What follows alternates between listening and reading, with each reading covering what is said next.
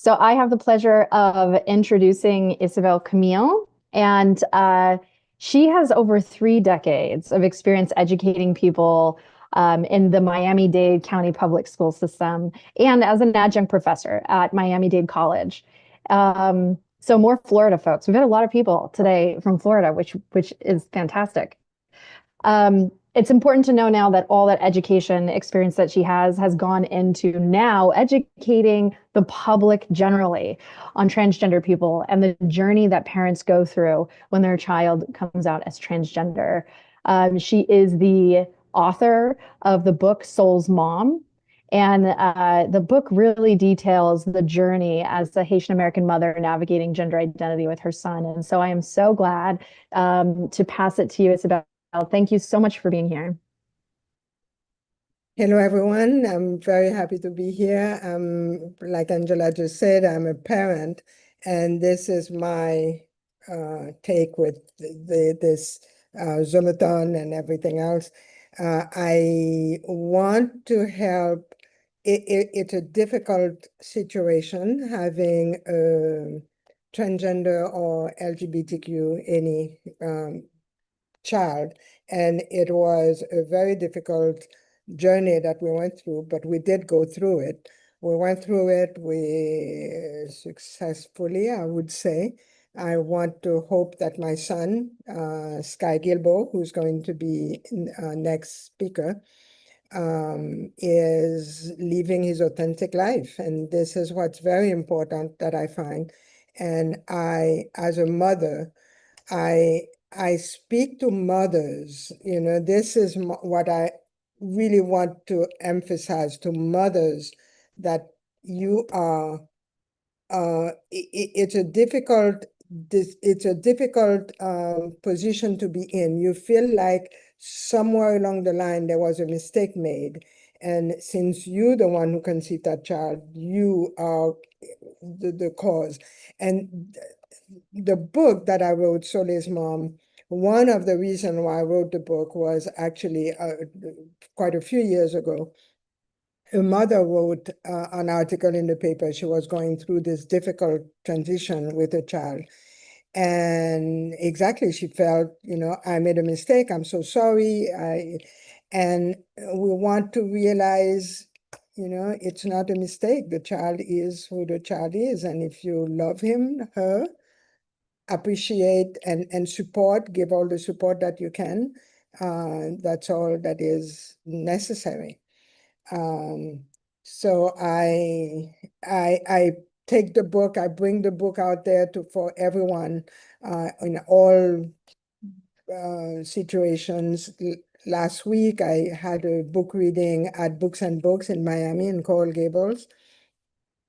I've had book reading in different places.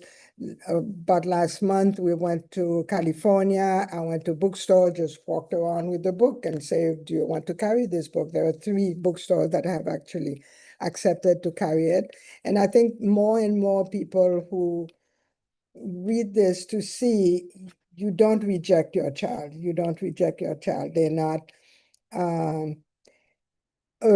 In the book, I tell the story of my mother had a friend 50 years ago when I had first come to the United States. My mother had a friend who found out that her son was gay.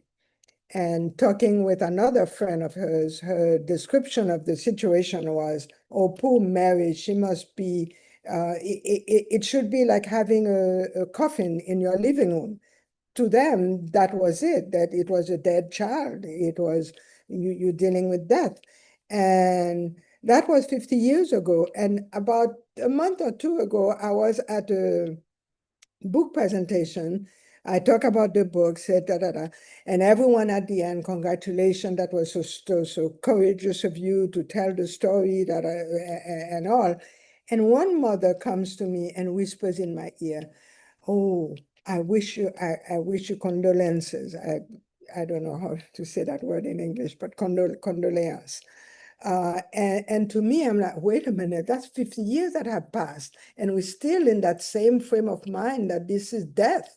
This is not death. This is the child. This is your child as a girl, as a boy, as a, it's important that we, and all of you here will agree, it's important that we realize this and that we accept to carry on and to give the support that is needed, to give the love. As you fight. I fought a lot in the beginning. It was very difficult to understand and to have, but you fight it like you do for in a family.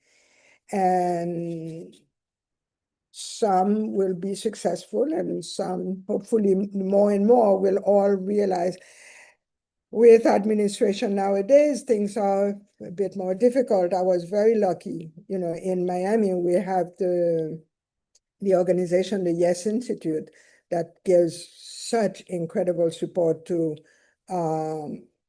people, to young people who are dealing with this, with the situation, and helping in acceptance, and they were right there with us. They really supported us, supported our son tremendously.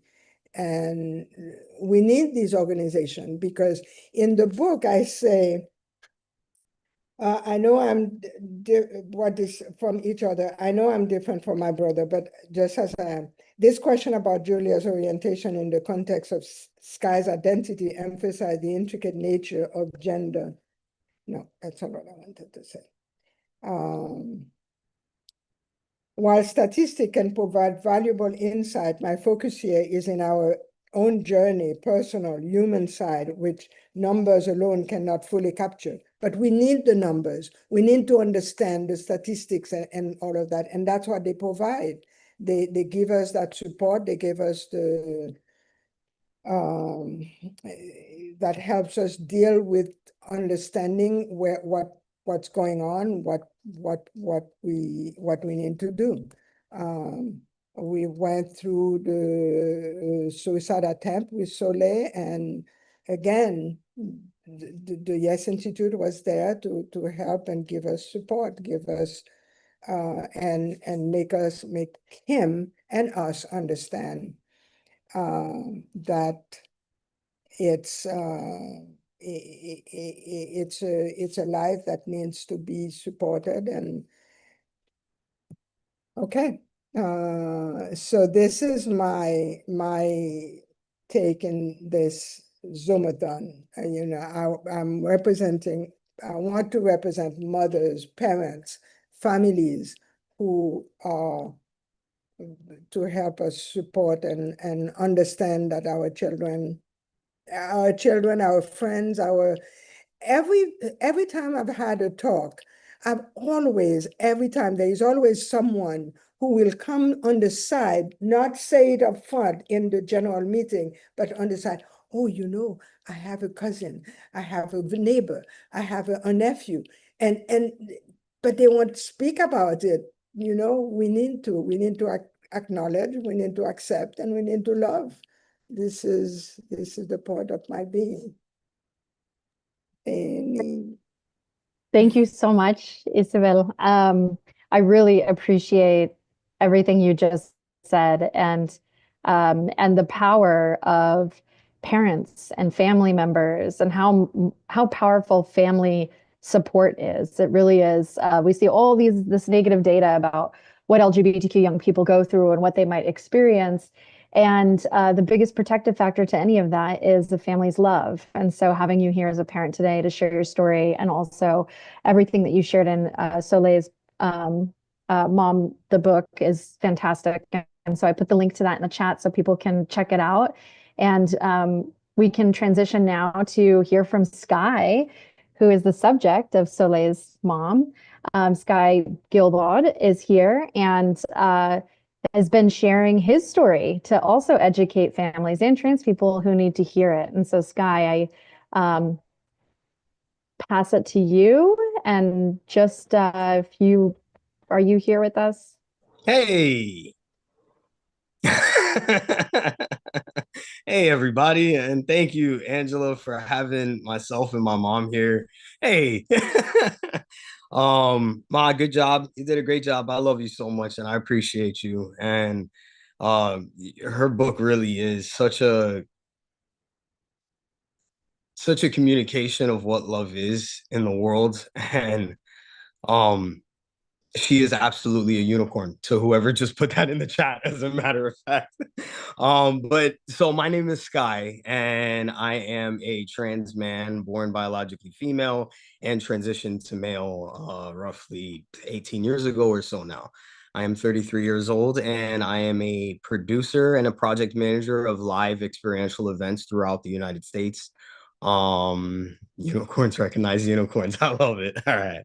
Um, and yeah, so as far as I love what's being talked about in this visible and unstoppable conversation, because one of the biggest things that I got throughout my transition and my journey was a conversation that I had with my therapist, as a matter of fact, where I was sitting there and I was dealing with this really rough situation with my mom. You know, she was going to India for 6 months and I had an opportunity to go with her, but the only way that I could go with her is that if I went as a female in the world. So, meaning I had already started transitioning for about a year now. So, meaning I would have to go out and buy all these female clothes. I mean, there was just going to be a whole list of things that were going to have to be done in order for me to go on this trip. And it bothered me, obviously, because I'm like, I'm missing this incredible opportunity because my family can't accept me. Like, what is the seems to be the problem? You know, like, shouldn't this opportunity be more important in a sense, right? And I'm talking to my therapist, and then she hits me with one of those hard truths that I feel like I needed to hear, even though at 17 years old it was solid and I appreciated it. She told me, Sky, how long did it take you to open up and accept yourself? And I was like, oof, 17 years, I guess, 16, 17 years. And she was like, well, then isn't it fair that you give your family the same amount of time? And when she told me that, at first I was just like so taken aback, because for me, like, I thought, oh, I'm here and I'm going to get supported and all of these things. And obviously she was, but in that moment, it was like, wow, you're right. Like, here I am trying to force my family to accept me and all of these things. And how crazy do I sound in a sense? Because this is a privileged opportunity. This is not an opportunity that stems from, me being who I am in the world or anything like that. So when I realized that, it still took me a while, but I am really happy that I got that piece of advice, because then I was able to realize and be there for my family when they needed me the most. Because families are going through stuff too. Families of trans and LGBTQIA people need to be visible too. Like, they are so, for me, I feel like at times they are so deep in the closet. Like, I'm sure there's still family members of mine, as far as cousins and whoever, that aren't able to necessarily openly or be comfortable to communicate that they have a family member that is part of our, rainbow uh unicorn camp. um but still, like, if we have these organizations that continue to have these conversations and continue to support people, then eventually everybody feels supported and known that they're not alone. Like, I don't know. I guess it seems a little bit easier in my brain, but um if there's anything that there's left to be said for me, it's just how important these organizations are. And I just can't thank you enough, Angela, for keeping my mom and I involved in everything that you're doing, everything that y'all are up to.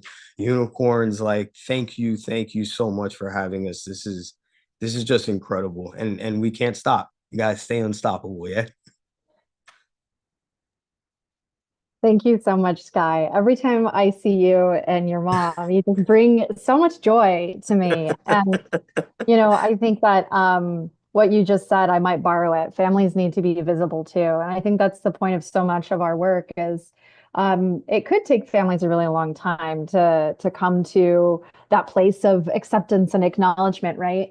But I think it takes a long time or a much longer time when they're unsupported. And so that's what we want to do, right? That's what these programs are there to do for families, is make sure they don't have to go it alone. And hopefully it doesn't take 17 years, right? But then it wouldn't be on you, right? Like, and so we have these wonderful programs that are there to help families. And I just really appreciate you sharing your story. Thank you to both you and your mom for being here.